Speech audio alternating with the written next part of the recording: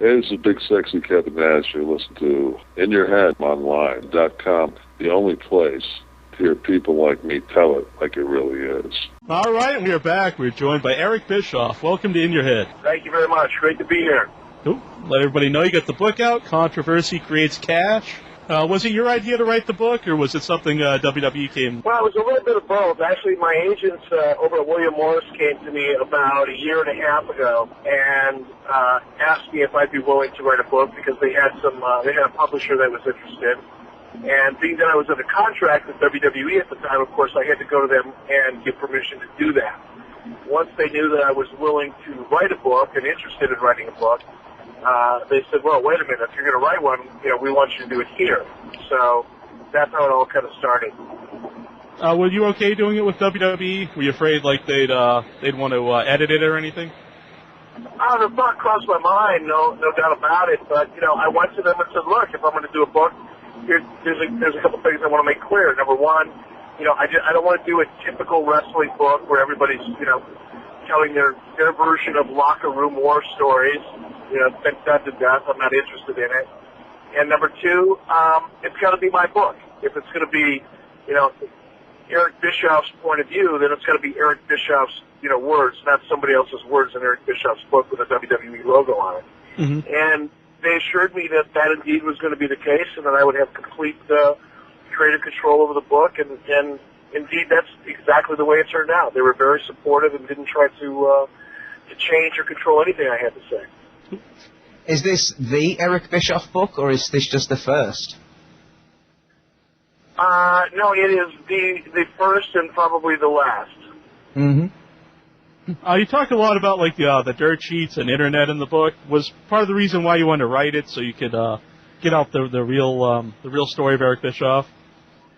Yeah, well, there was a couple reasons. I mean, number one, the reason the thought crossed my mind is because someone came to me and said, look, we think that there's a market for your book. And it got me thinking about, if I was going to write a book, what would I write about?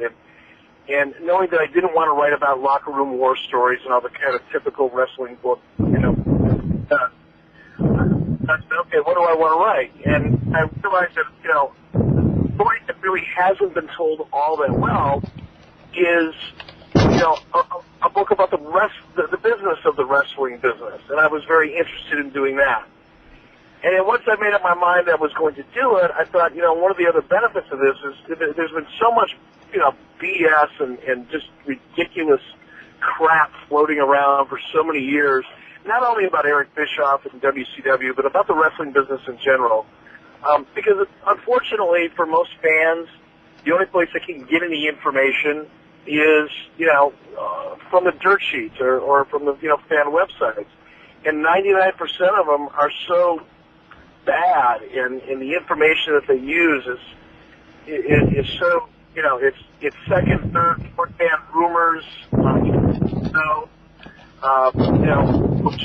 What do you guys agree? Yeah, it's one of it's a call. What do you guys have? We've been really heavily into the phone. Yeah, it's a caller here. Could you not breathe so heavily? Just stop breathing. Unless this is a filthy call, right? And you're trying to molest Eric Bischoff over the phone, in which case it's kind of the point. But if you want to ask a question, you're going to have to, ask a question. Yeah, if you're going to breathe that heavily, you got to at least talk dirty to me. And this interview is taking a whole other direction. I get it.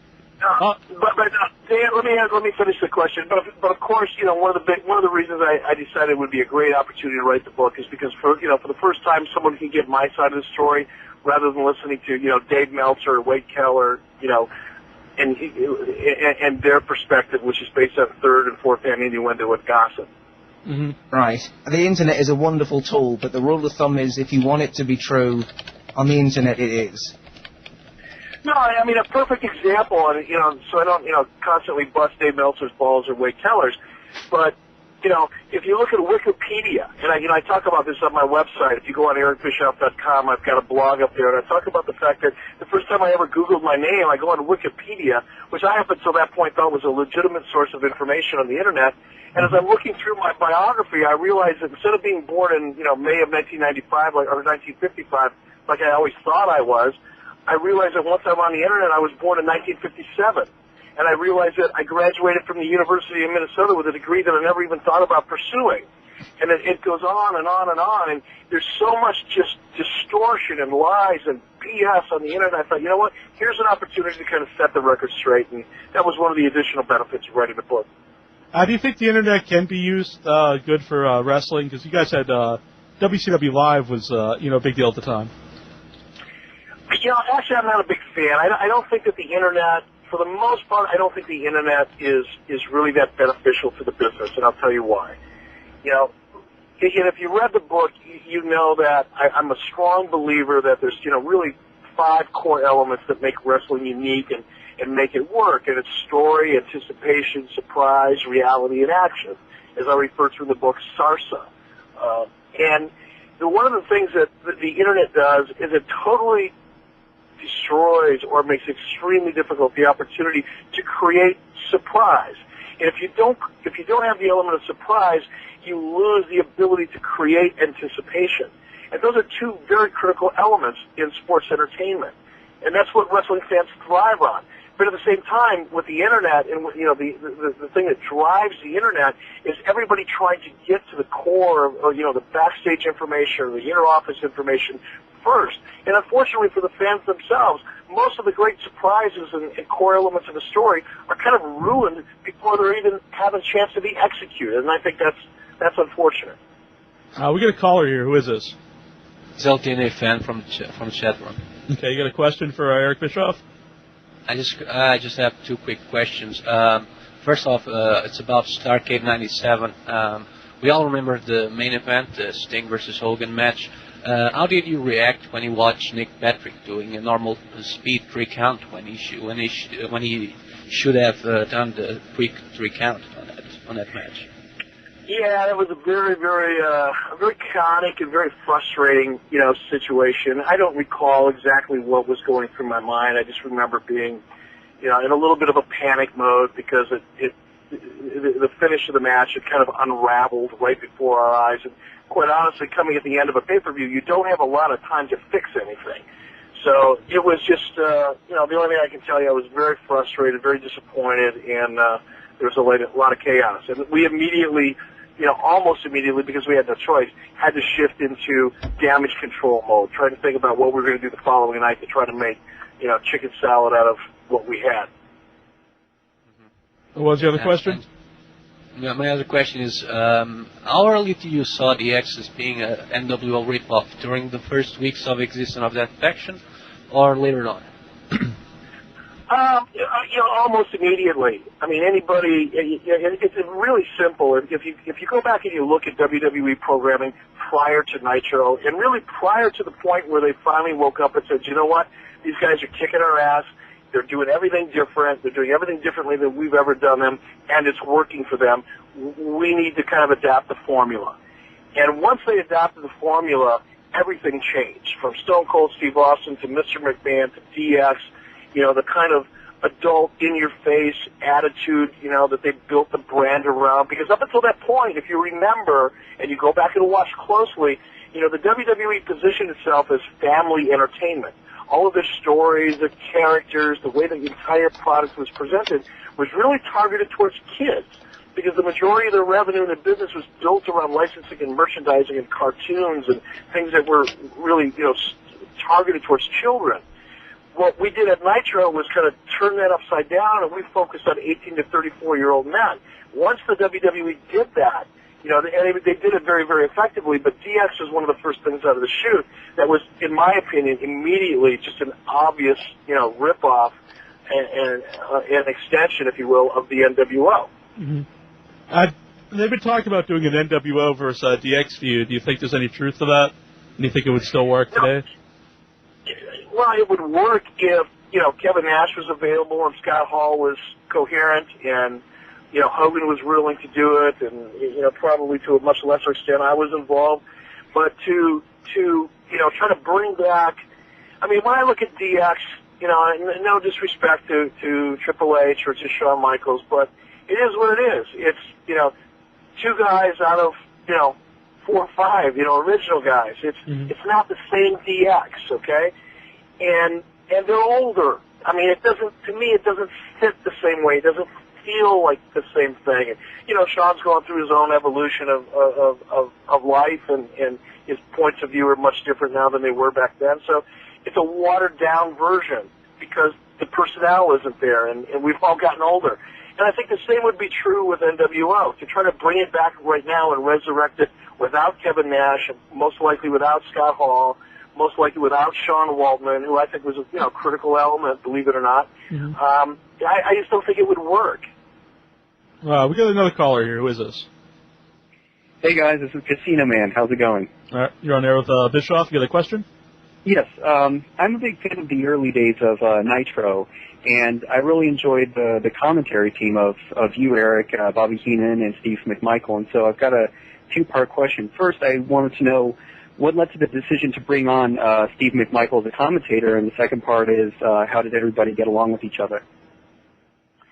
I don't remember there being, any one thing that led me to want to bring on Steve McMichael. Anybody that knows the way I approach the business, whether you agreed with it or not, you know that I tried to mainstream or broaden, our brand and our product so that it wasn't just all about wrestling. Steve McMichael was a guy that had, a great sports career. He had great credentials. He, was big in the city of Chicago, which is an important market for us.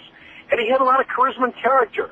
He wasn't the best color commentator. He wasn't the best broadcaster, but he had a lot of personality. He was unique. He had credentials. People knew who he was.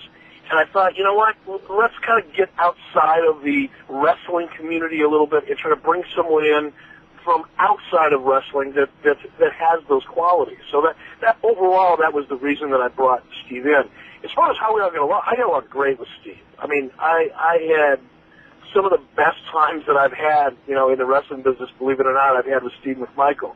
He was, I don't know what he's like now, I don't talk too much anymore, but he was a great character, he was a lot of fun, he was the life of the party, he had a great sense of humor, so I really enjoyed him, and I enjoyed working with him. He was, he was very easy for me to work with.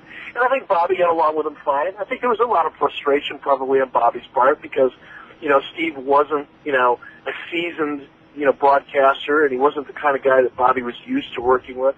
But overall, I think everybody got along fine. Thanks for calling in, man. You got another question?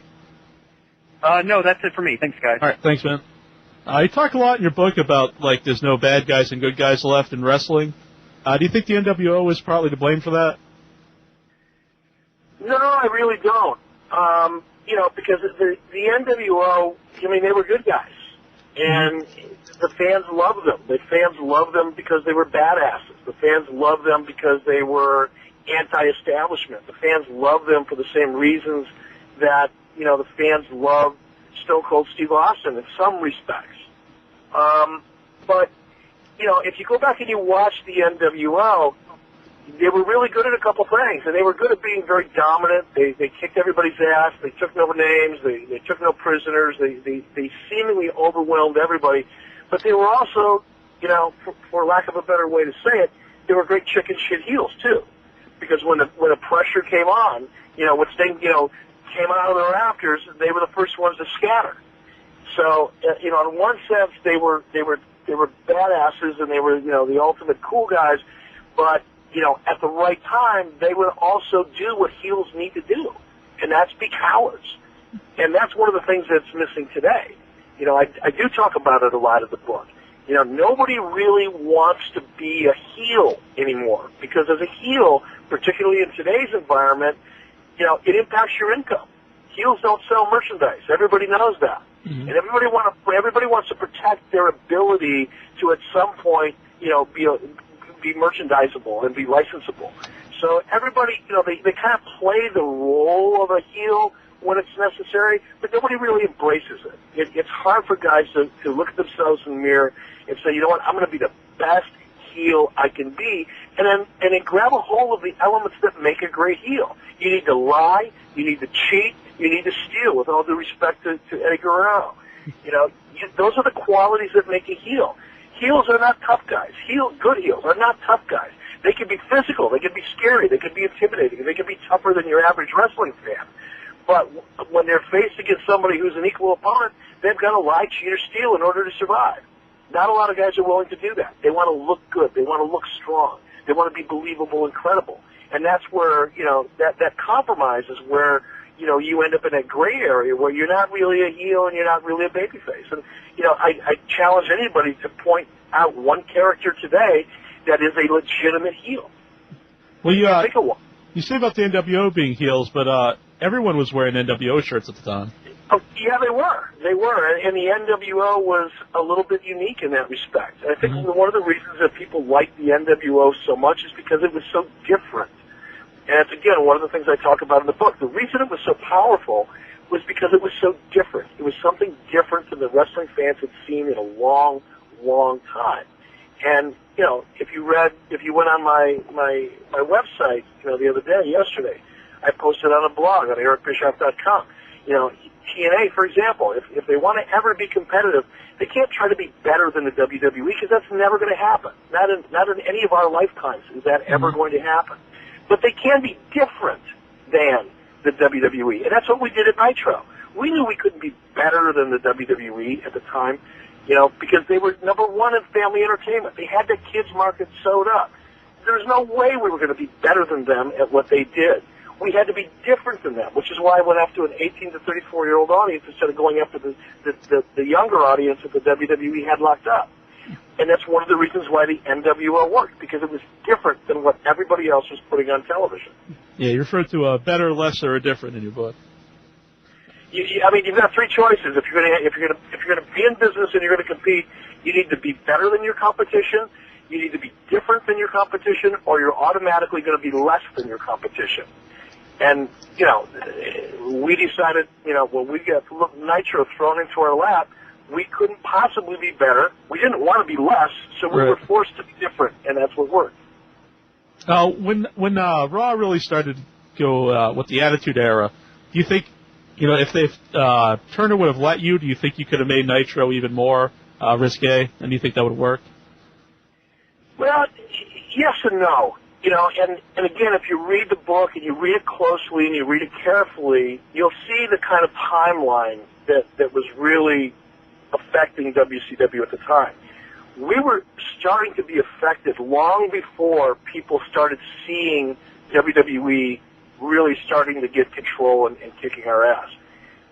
We were really starting to be affected back in June and July of 1988 when all of a sudden I had people calling me who I'd never heard of before, and I was going into meetings with people that I'd never even knew existed, and these people were now telling me how I was going to run WCW and what the content of Nitro was going to be like.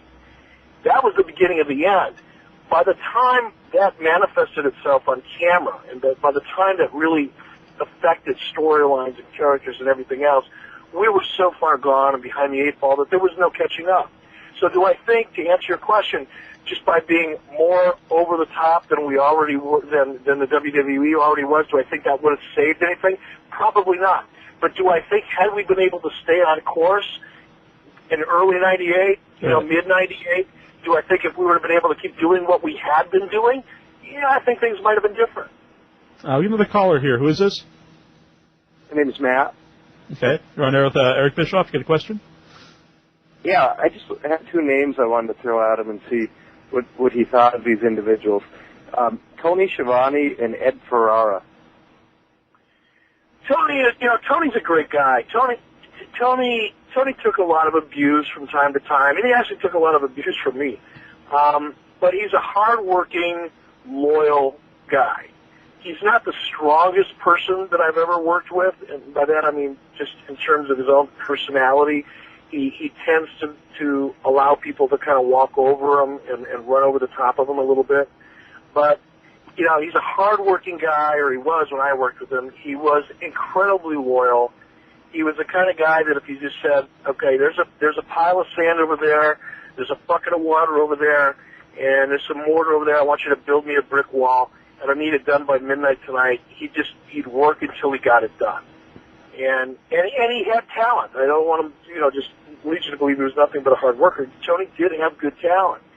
Ed Ferrara, quite honestly, I didn't work with Ed long enough to have much of an opinion of him. I have absolutely zero respect for Vince Russo.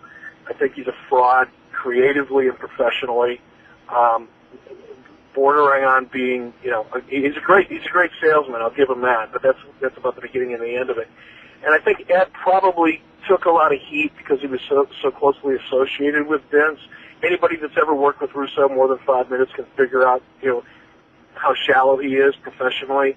And because Ed was part of the package, I think Ed got, a lot of that flack. But I had no problem with that. He was a legitimate, writer, meaning legitimate in the sense that he'd written and produced other things. So at least he understood what an arc was, and he understood structure. He knew, a beginning and a middle and an end. And that was a lot more, quite frankly, than his counterpart understood. What do you think about TNA bringing back Vince Russo? I don't know enough about TNA, or quite honestly, I don't know enough about what Vince Russo did the previous 2 occasions. I guess he was there. I'm not even sure if it was 2 or 3. So I don't have an opinion. The only thing I know about Vince Russo is the period of time that I worked with him, and I found him to be, untalented, untrustworthy, unprofessional, and really shallow creatively. You got a question, Incher? Extreme Falls from the message board. He wants to know, have you seen the Monday Night Wars DVD, and what were your feelings towards it? Yes, I did see it, and I enjoyed it, quite honestly. I was surprised, frankly, based on, the way that WWE likes to remember history and the way they like to present history. I was surprised that the Monday Night Wars DVD was as balanced as it was. That's not to say that it was totally balanced, because it wasn't. It was skewed considerably in WWE's favor, but that's only natural. I'm not criticizing for them. I would have done the same thing. I'm sure people will say the same thing about my book, and guess what? It's probably true to a degree. Right. So I'm not criticizing anybody for it, but I was surprised at just how balanced and honest, from my point of view, some of the information that was in that DVD, and I think that was the reaction from a lot of people. Was there one element to WCW that at the end of the DVD you kind of wondered, where was that at all? I'm sorry, I couldn't understand you. When you finished watching the DVD, was there any element of WCW or its success that wasn't in the DVD that you were really surprised? No, nothing that really surprised me. Again, I think if I was surprised at anything, I was surprised at the amount of objectivity that existed in the DVD itself. There was certainly a lot more about WCW and its impact overall on the business today, on WWE's business. I don't think WCW is ever going to get credit for the amount of innovation and success in the way we, really, I think, changed the business for the better. And we see it to this day. When you watch WWE, you watch Monday Night Raw to this day, I challenge anybody to look at that.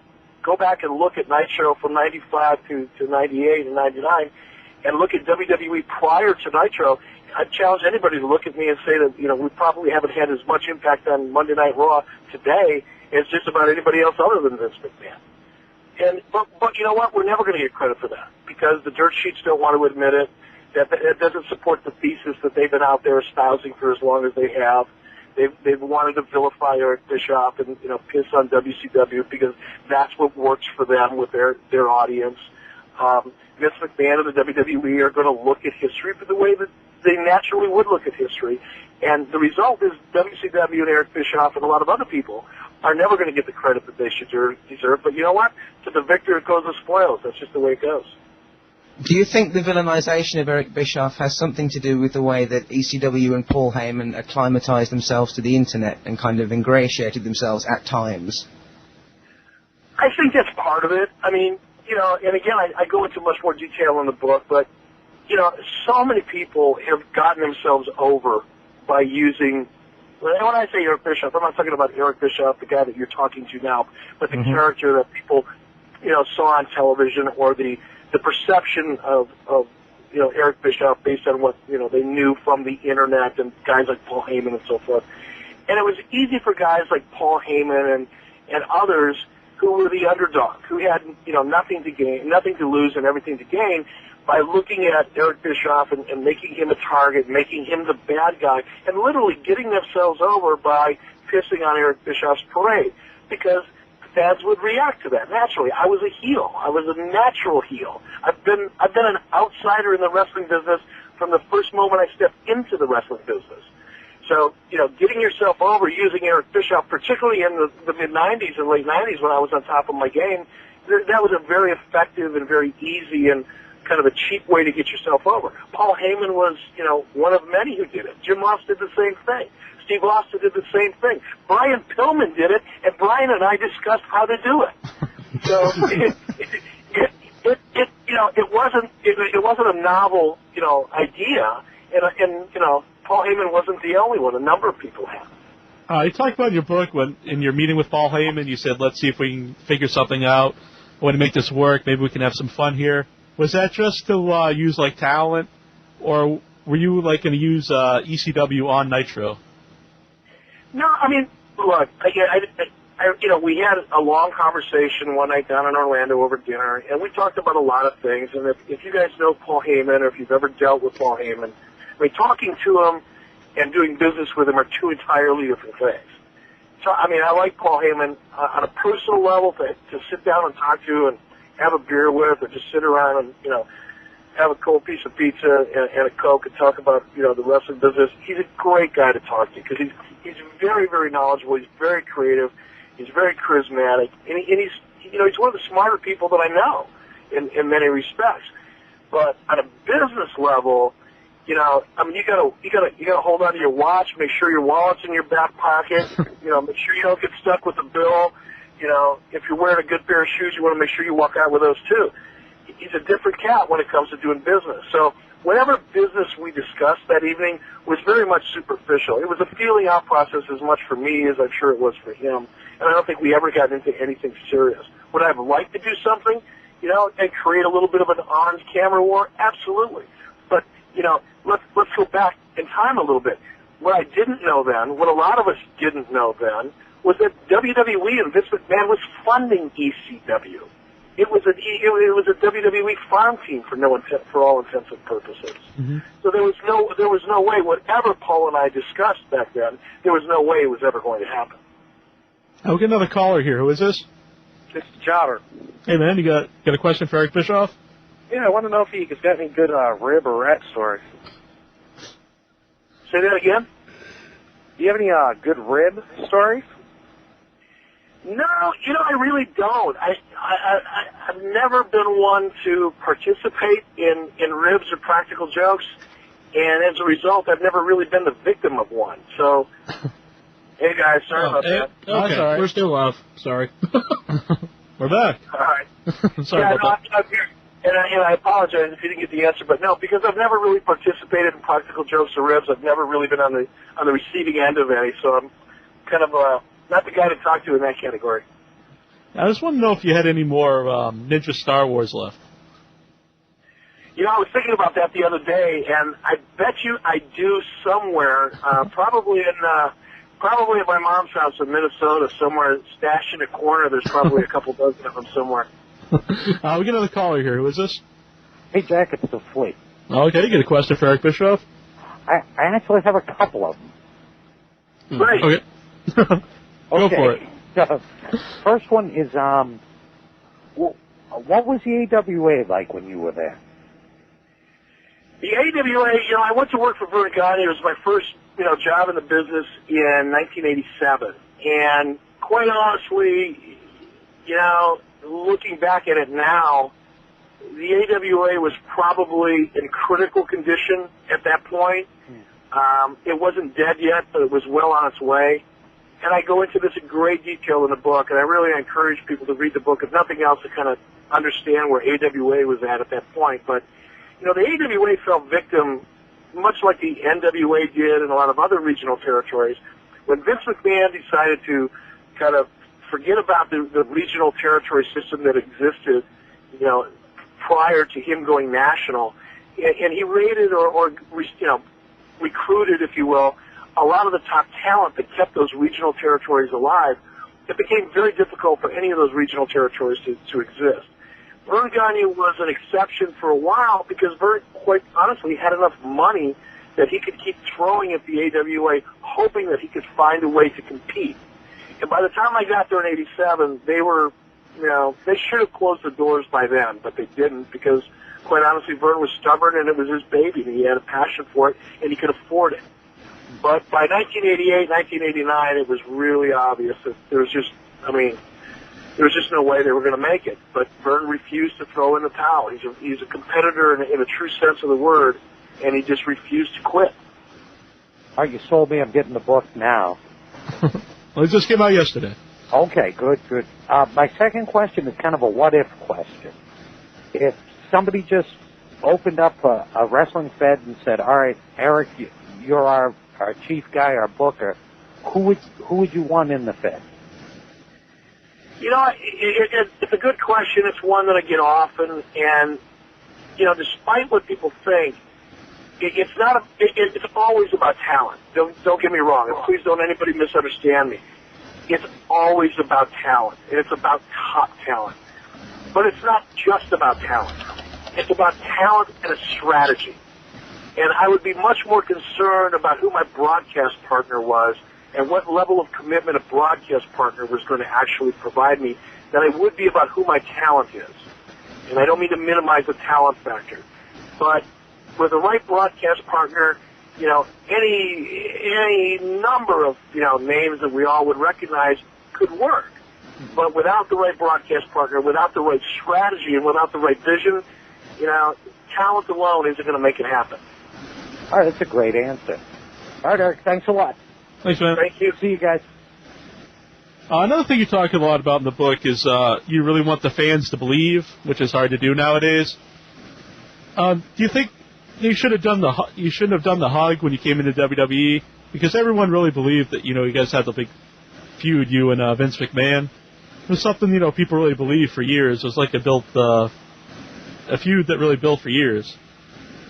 Yeah, I was, you know, I mean, don't get me wrong. I am very grateful to Vince McMahon and the WWE for the opportunity to work there over the last 3 or 4 years, to be able to get out in front of a crowd again and perform, to do a lot of things that just on a personal level mean a lot to me. It's been good for my family. You know, I work for a living just like everybody else. I didn't have $20 million stashed in a mattress anywhere. So, you know, for all the right reasons, you know, this opportunity has been very good for me, and I'll never look a gift horse in the mouth. But from a creative point of view, I would have liked to do it differently. I would have liked to have capitalized on the history and the personality, you know, clash between myself and Vince McMahon. I think that the fans would have enjoyed it. I think I would have enjoyed it. I think Vince would have enjoyed it if he would have allowed it to happen. But, you know, it just didn't work out that way. You know, partly because Vince, you know, Mr. McMahon, the character, is a heel. Eric Bischoff, the character, is a heel. So how do you make that work? And I don't think, I mean, there is a way to make it work, but I don't think that Vince was willing to compromise or to make the kind of shift necessary creatively to try to find a way to make that work. So, you know, he did what he thought was best, and, you know, I was grateful for the opportunity to participate. Another thing you talk about in the book is breaking the invisible wall. Do you think the success with reality TV, that could have been like the next big thing in wrestling, if you would have incorporated like reality TV into wrestling?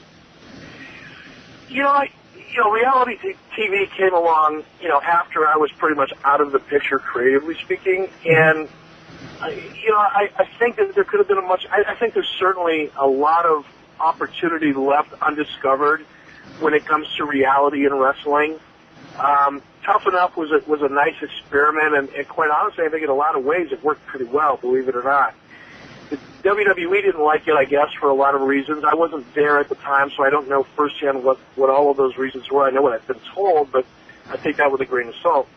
But I think that there's still, to this day, a lot of opportunity, because there's only so much you can do inside of a wrestling ring.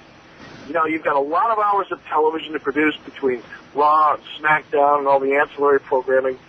It really leaves little, you know, in terms of things that have been left undone. And I think reality television is one area that could be really cultivated and opportunity created, but for whatever reason, you know, no one's really inclined to jump into it. Mm-hmm. When they did the brand split, do you think the original idea was to make one of them like a WCW show? I can't speak to that. I don't understand. I don't know. I wasn't part of the discussions. No one's ever, you know, discussed it with me.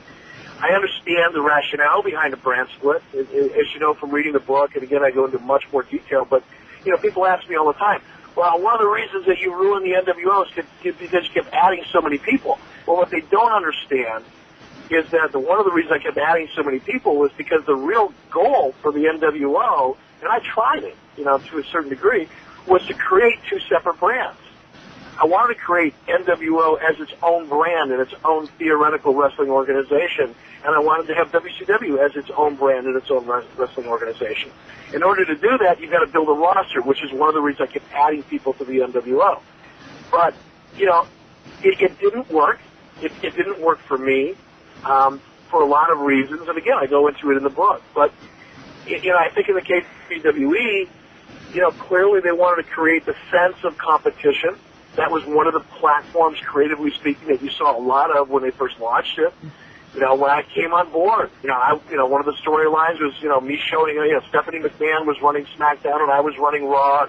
Vince was the puppet master kind of manipulating both of us, and we were both trying to steal each other's talent. Well, if that's not a perfect example of a WCW and WWE storyline, I don't know what is.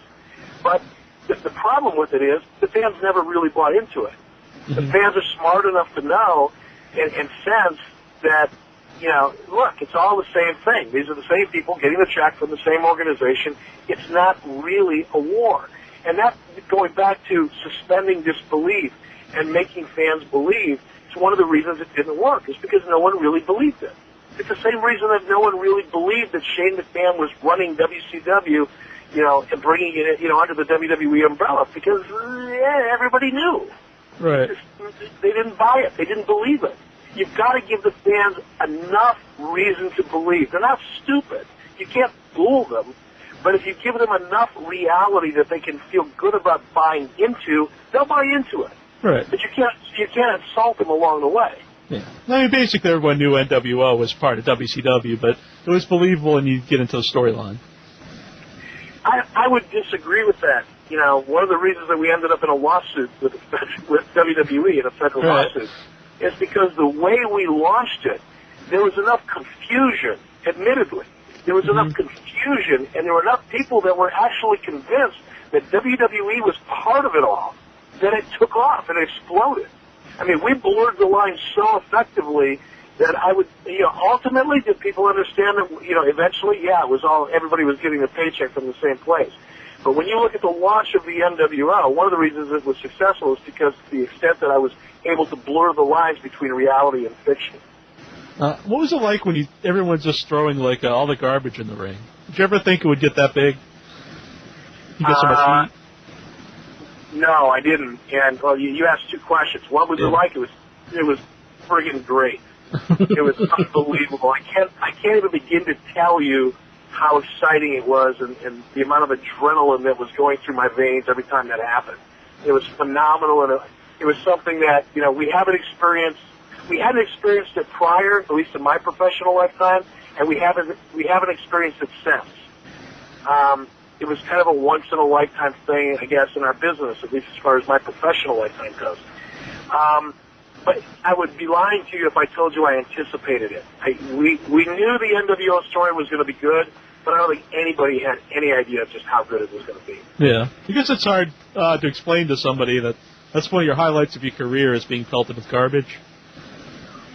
It is, and but when you really understand what makes this business work, and maybe it's because it has a character. I've been a heel all my professional life. I personally think that the heel is the most important element in the presentation, because if you don't have a heel that people genuinely hate, I mean, really, honestly, allow themselves to hate, it makes it extremely hard for a babyface to really get the reaction that babyface needs and wants. Mm-hmm. It's a dance. It's a waltz. But the heel, in my opinion, gets to lead the dance. And once you learn that and kind of wrap your head around it, and you base your value as a performer on your ability to achieve that level of reaction, once you get that level of reaction, it's extremely satisfying. Do you think that's one of the things, you talked a lot about, corporate being bad for wrestling, that people not in wrestling just can't understand, that being pelted with garbage is actually a good thing? It really is I mean, it's amazing looking back at some of the discussions that I had with really, really smart people. I mean, people much smarter than me, much more successful than I've ever hoped to be in the entertainment business. But then sitting down and talking to them about wrestling and having a conversation that you would have with a 12-year-old trying to explain it. Right. And yeah, it definitely got in the way.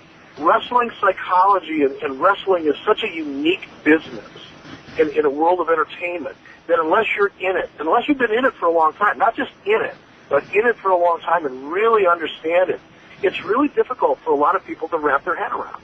A lot of people in the entertainment business today that I do business with, outside of wrestling, couldn't begin to have an understanding or an explanation as to why it works. Mm-hmm. They just don't get it. They don't understand it. It's a complex business. It's an art form. People think it's really simple and kind of crude in terms of a form of entertainment. I look at it completely differently. I think it's a very complex, very psychological presentation that reaches people, when it works. Not all the time, but when it works effectively, it reaches people, at a very deep level. Sometimes they don't even know why they like it, but they like it. All right. We get a caller here. Who is this? Loomis. Okay. From Untitled Chapter. Yep. You got a question for Eric? Yeah, I sure do. I was wondering, I recently read Ric Flair's book, and he had some, some nasty things to say about you and his relationship. And I wondered, what do you think was the biggest issue between you and Ric Flair? And what do you think of him overall right now? My opinion of Ric Flair has probably not changed much over the last 10 or 12 years that I've known him. I've always liked Ric at a personal level. I've always respected Ric professionally. But I will admit that, the way I looked at the business, and because of where I came from, I probably didn't give Ric the kind of respect that at this point in my life I wish I would have back then, and the kind of respect that Ric probably felt he deserved. And because of that lack of respect, and in my case it was more lack of familiarity and understanding than it was a lack of appreciation, because of that lack of respect, I think there was a lot of resentment on Ric's part. Ric is a very sensitive guy. For anybody that really, forget about the jet flying, limousine riding, guy that we all think we know. The real person, Ric Flair, is an extremely emotional and very sensitive person. And I think because of, the pace that things were moving, the changes that I was making, just the way I handled myself, I think Ric resented me for a while and resented the way I did business, and probably misunderstood in some respects my approach to him and some of the things that I did. And that resentment manifested itself into, a couple serious situations between myself and Ric. But, hindsight being 20/20 and knowing now what I wish I would have known then, it is what it is. I can't take anything back. But to this day, Ric and we're cordial. We're never going to be close friends. He's never going to come to my house for the holidays, and I'm never going to go to his home for the holidays. But, when we see each other, we shake hands, we say hello. If we happen to be sitting in a hotel lobby bar after a show, I'll buy him a beer, he'll buy me one, and we'll talk, and we'll laugh. I spent a lot of time with Ric overseas, over the last year or so when we'd be on tour, and, we had a lot of fun. But I think deep down inside, there's a little history there, and there's a couple sore spots there, and there probably always will be. Thanks for calling in. Okay, great. One guy you don't mention at all in the book, I was kind of surprised at, is the Ultimate Warrior. What were your thoughts on dealing with him? He was there for a cup of coffee. First of all, he didn't really have much. He really didn't have much of an impact in WCW, good or bad. He wasn't there long enough to really, be what I call a pivot point of any kind. So there really wasn't much to talk about, which is why he wasn't in the book. That said, look, he's got his own history. People think what they think about him. I'm going to tell you on a personal level, I had no problem with him. I mean, I found him to be, he's unique. He's extremely intense. Creatively, I'm not sure that he and I ever saw eye to eye, but not in an adversarial way. He was in his own little world, and, you know, I didn't really relate to the world that Jim lived in, but, you know, I got along with Jim fine. I didn't have a problem with him. Before I let you go, is there anything you want to let your fans out there know?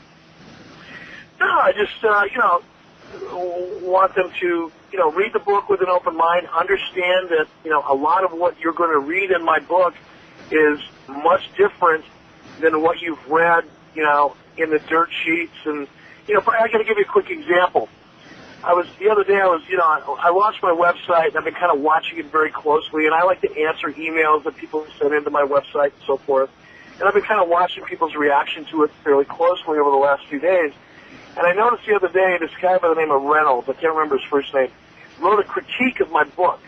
And Dave Meltzer saw fit to post the critique on the website. And unfortunately for the guy that wrote the book, he got it all wrong. And when I pointed it out on my blog, just how wrong it was, the guy actually sent me an email and apologized and admitted that he got it all wrong. And he said, P.S., you know, I've sent this information to Dave Meltzer, you know, hoping that, you know, he'll post the site or post the change.